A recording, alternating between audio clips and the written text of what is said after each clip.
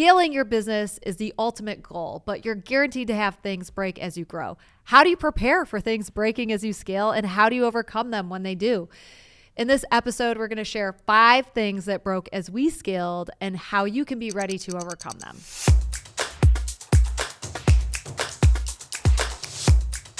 In this episode, we're going to talk about scaling challenges, and Jeremy and I are going to share the things that have gone wrong at our various businesses as we scaled. I remember when we were starting our businesses, this was one of the things I had anxiety about. It's like, oh gosh, as we scale, what's going to break? And the truth is you don't always know. No, although I can say in property management, it became pretty clear that there were changes at 100 units, 450 units, and then somewhere around 1,000. And every industry is going to have its own kind of numbers where when you get to a certain point, you kind of have to do a reshuffling of everything and reconfigure the way that your business operates. Because if you don't, at least in property management, you stalled. You get to 100, you don't do anything different, you're going to always be in the 100, 125.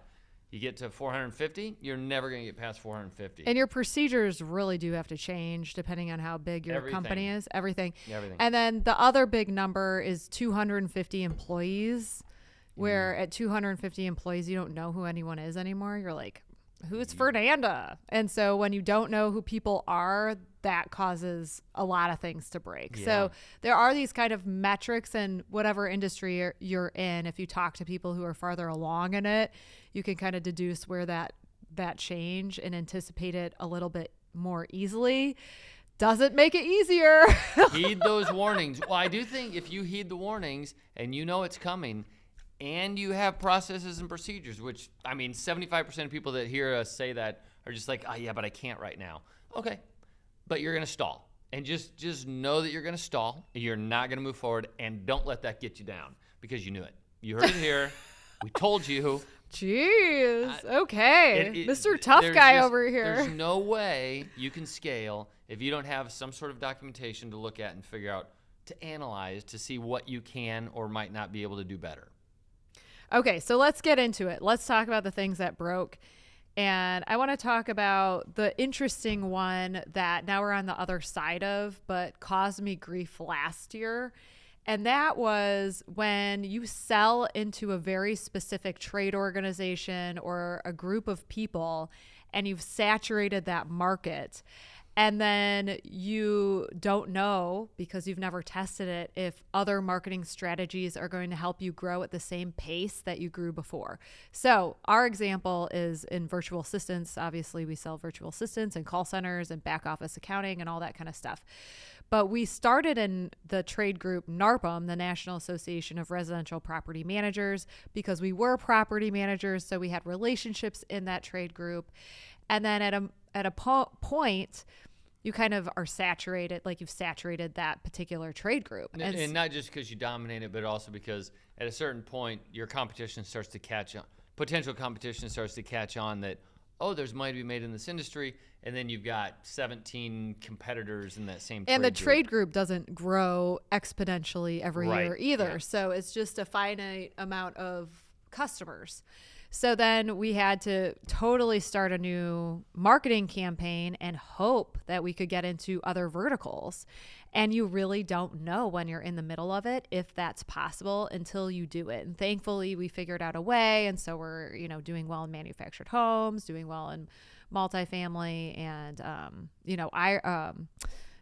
IMN, like a different trade group. And so it's going great. But we didn't know, and that's something that I think people don't consider. I have another friend who's in an industry where they do like construction, and they moved into a completely different place where she has a summer house or whatever, and there's a definite need for construction, but because she's not living there, her whole bubbly personality and, getting people, everybody loves her. Everyone wants to work with her. But doing construction in the city where she doesn't know anyone, it causes its own stressors. Even though there's not a lot of competition, there are a lot of good reasons to go into this area. She's going to have to do marketing differently than she did locally in her hometown.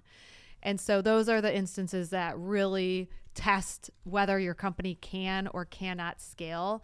And to think through how you're going to market into the future can be helpful if you're on like a big scaling move and you're anticipating big growth. Think through this piece of it proactively.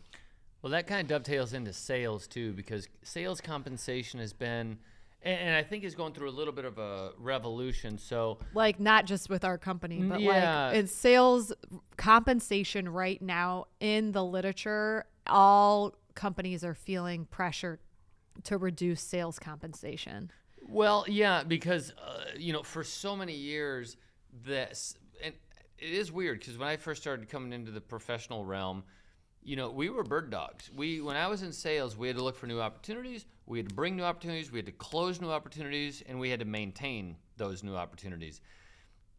But then, I don't know, it must have been about 20 years ago, sales started to take on more of a kind of a client management role. It started being more of a leads production facility, except the compensation packages seem to have stayed the same. Mm-hmm. So what's happening now around, at least certainly in the United States, is that it's starting to be realized that line on the profit and loss isn't jiving right. Like the definition of sales over the course of the last couple decades has moved. And so the old compensation packages that were really just overcompensation for more client management, they're starting to go away. So here's what I think has happened. Back in the day, with marketing, they would always say, 20% of your marketing actually does the work. 80% is basically a complete waste of money. The problem is you don't know which 20% is working. And that has changed with digital marketing because you can really see what is truly driving traffic to your website, driving business to close. And I think people are moving a lot of their budget from salespeople bird dogging because people don't answer their phones to calls that they don't know. Yeah. And there's so much filtering that goes through that it's really hard to break through. And there's so much spam email in your inbox. Those types of strategies that did work back in the day no longer work. And so companies are taking that information and instead of asking salespeople to do those activities, they're now putting that money towards marketing campaigns that they can measure the results in. And with that added expenses going to marketing, it doesn't make sense to pay salespeople so much. And then even in our personal case, like to get this more personal, back when our company was smaller with the virtual assistants, our salespeople did everything. They found candidates, they filtered candidates, they talked to clients, they did the onboard. I mean, they literally, their job was end-to-end customer service through the whole process. And that obviously takes a sophisticated person to know how to recruit, how to interview, how to matchmake. And then since time has gone on, those jobs have been broken up into departments and different more specialized roles. And so the compensation obviously has to change as the role changes, and you have to pay for all the individuals who are part of this process that add value to this process but aren't this one individual. And so obviously it's really hard for a team to be like, sorry, I can't pay you this, or the compensation that you had was based on this time commitment, like, oh, it's going to take you a bazillion hours to get this person hired because you have to do all these pieces of the puzzle. And so the compensation was based on it taking all that time, but now it doesn't take as much of your particular time, so that compensation package just didn't scale because your job has completely transformed. So these are the things that are really, it's hard to have these conversations with your salespeople. If you're like us, you go too long with the wrong compensation package because you just don't want to rock the boat and you've got other priorities, and then it becomes even a worse problem. But this is definitely something that's going to break. And I've heard it with other businesses as well. Yeah. It's a real thing. And when I found that out, it just, the second I had heard that theory, I thought, oh, okay, that explains a lot. It's happening. So beware. Yeah, your sales compensation is going to break. If as you scale, if the job changes in any way, you have to compensate differently. And I think just being open and honest with your team and being realistic and giving them time to acclimate to a new sales compensation package, those are the kind ways to keep morale high while you make the necessary changes. Okay, the other thing that breaks for, I think, all companies is human resources, because it's a hard part of a business because it doesn't generate revenue and it doesn't create in and of itself operational success. It feels like an extra. It feels like a money suck, not a, you know what I'm saying, Jeremy? No, yeah. And so it's usually like, and I hate using this redheaded stepchild thing because I actually have a friend who's a redheaded stepchild. And ever since I told her, I said something about a headed stepchild, ever since that I like think about how that was like such a mean thing to say to her. So anyway, I'm not going to say that, even though I just did. Anyway, it's like the part of the business that just gets neglected. Let's say that. And so because it gets neglected, then it breaks and it causes tremendous problems, because it's really important, obviously, to pay people the right amount on time. Well, and also just the rules, HR does so much. They help make sure that the company is protected from lawsuits. And, you have to have certain things in place, especially the larger that you get, that help ensure that the company isn't breaking the law on a consistent basis for lack of knowing that you have to do something, like fair housing as an example, to parallel it. In fair housing, you might not have trained your leasing agents that you can't take into consideration whether they have children or not. It seems like one of those nice things you would ask them, do you have any children? Oh, the third floor is probably not going to be what you want. You're probably going to want on the first floor. Like, almost in that it feels like you're tending to the client, but it's so illegal that it will destroy your company if it's ever found out. So HR is the same way. HR is the same exact way. If you don't do things, it doesn't matter what country you're in, I can tell you. You have to have the things in place for HR to help make sure that your employees, especially the larger you get, you become less connected to them. There has to be infrastructure in place that helps make sure that everything that's going on in that background, that HR environment, is legal and is helping your employees to live a better life. And I would say at a certain point, it makes a lot of sense to use what is referred to here in the United States as a PEO, professional employer organization, because they take a lot of that headache away from you and protect you to a huge degree from you being your own worst enemy. So, performance improvement plans done right really is important. There is a way to fire people that is fair to them and is legal, and people get that wrong all the time. And I have friends, because we're in EO, friends who are in worlds of hurt, long lawsuits over firing people inappropriately.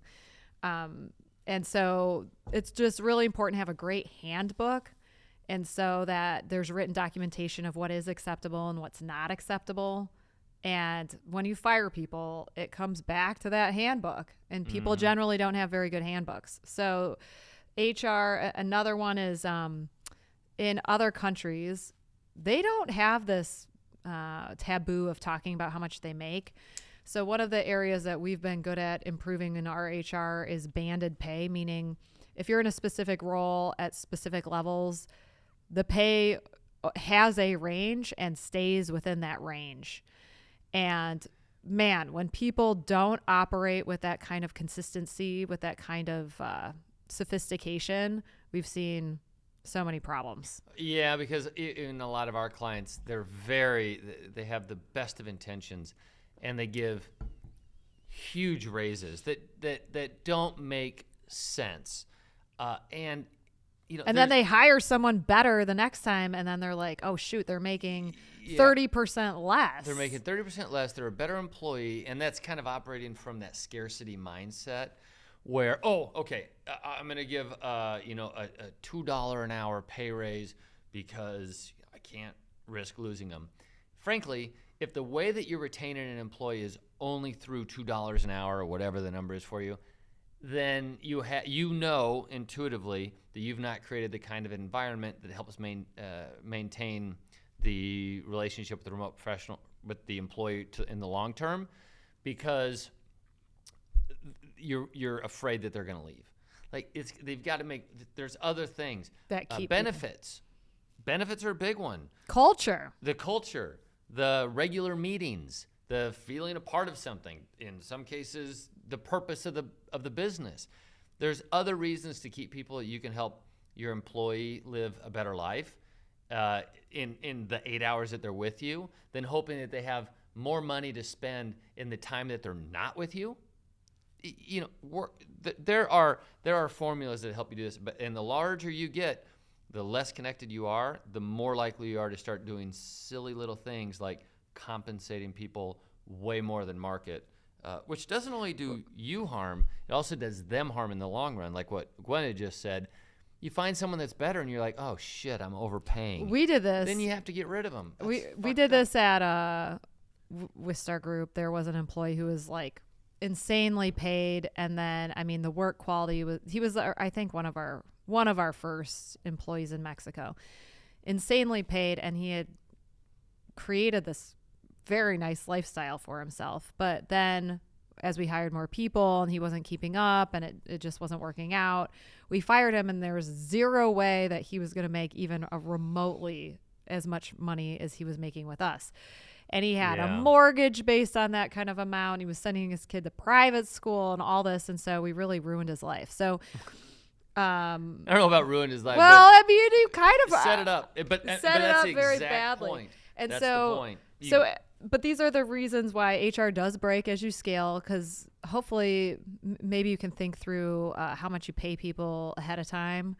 But man, most small companies make these mistakes. I can't think of any small company I know of that hasn't made a pay compensation error. Especially in my generation, people are just like, you know what? That the idea that you should just be able to tell somebody you're fired, and no, you can't do that. Well, and also just paying people. We have a labor crisis in the United States. I know a lot of people are paying people way too much and can't get out of the hole they're in. But just don't feel bad if you did it. Make a correction. It will be okay. But be more to your employees than just than just the paycheck. It's a short-term strategy anyway, if that's the only thing holding them on. Okay. So another one that breaks is your communication strategy. So bad mass emails are going to cause you worlds of hurt as you scale, because if you have something confusing in that email that went out to your whole team, you're going to get as many people that you sent it to emails back asking the question of the thing that was confusing or stressed people out. So mass communication done well is very important. But by mass, it's got to be in that over 200, probably 300 to 1,000, 1,200, that's where the mass starts to get confusing. If you've got, 40 employees or something, you still want to be careful with it, but you send it out to 1,300 people and there's a little bit of confusion in it, you're screwed for the next week trying to make sure that everything gets settled. It could also just be your clients. Like if your client base scales, that's another potential Big error. one. Mass emails to clients can be so detrimental. So be very careful about that. The other one that's been really interesting that came up actually in my EO group is we sent out a survey to all members of our chapter, which is like 120 people. And surveys take goodwill. It takes time of whoever you're at.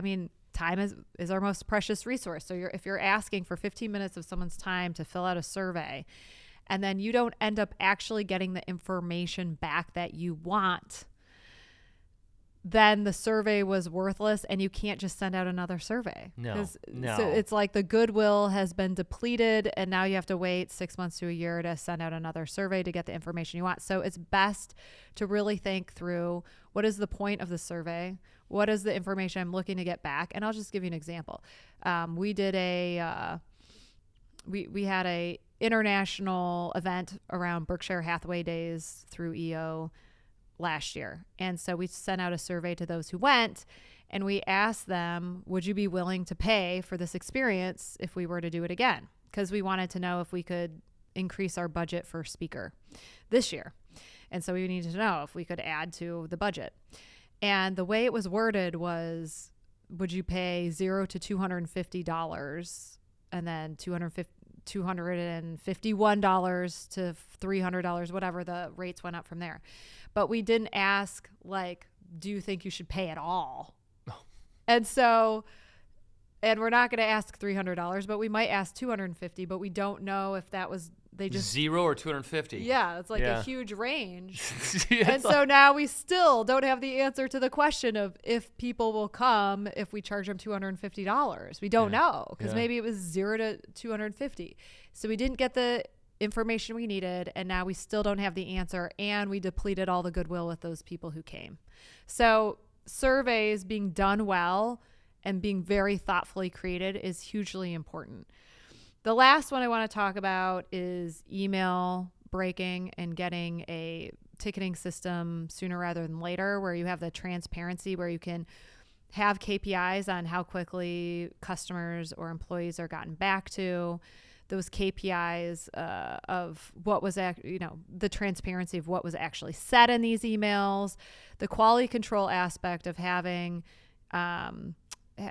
communication being an open, transparent ticketing system rather than email system is so important for any scaling business. Wouldn't you agree? Boy. Oh, totally. And it will, unless you get out of email being the primary way that people communicate and having an expectation that can be in your email hole, and you might be really good at pretending you work, and it's not until you get fired and we see the 1,000 emails that unanswered emails in your email inbox that we figure out that nothing was done. Please don't let that happen to you. Just start a ticketing system now with full transparency, and then you won't have this issue, and you can scale in peace. You can keep those emails out of your system. And fascinating statistic, the percent as a percent of income, the cost of front office expenses is identical to what it was in 1985 when PCs first started coming out. And what they attribute that to is the use of email. So in all these other areas of business, companies have been able to scale with technology, but in the front office, no businesses are scaling. And so the takeaway there is, what's that book I read? I'll have to put it down in the link. But the takeaway there is that, technology, the use of email has been a detriment to efficiency in computers ever since email and PCs first came out. No efficiencies at all. So don't use email as a checklist. Don't use email. We've had episodes on this, I guess, but this is Jeremy's favorite topic. Yeah, it just drives me nuts.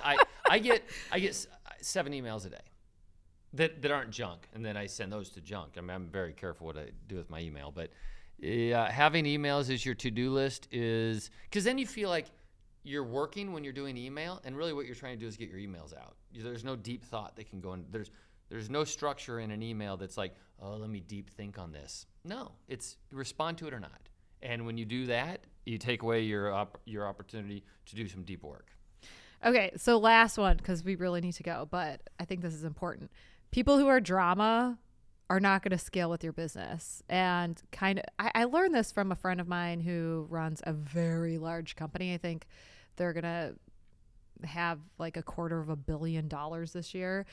But he was very unemotional about people not scaling with the business and making decisions completely based on skill set, ability. He had no problem having frank conversations. He wasn't worried about people loving him.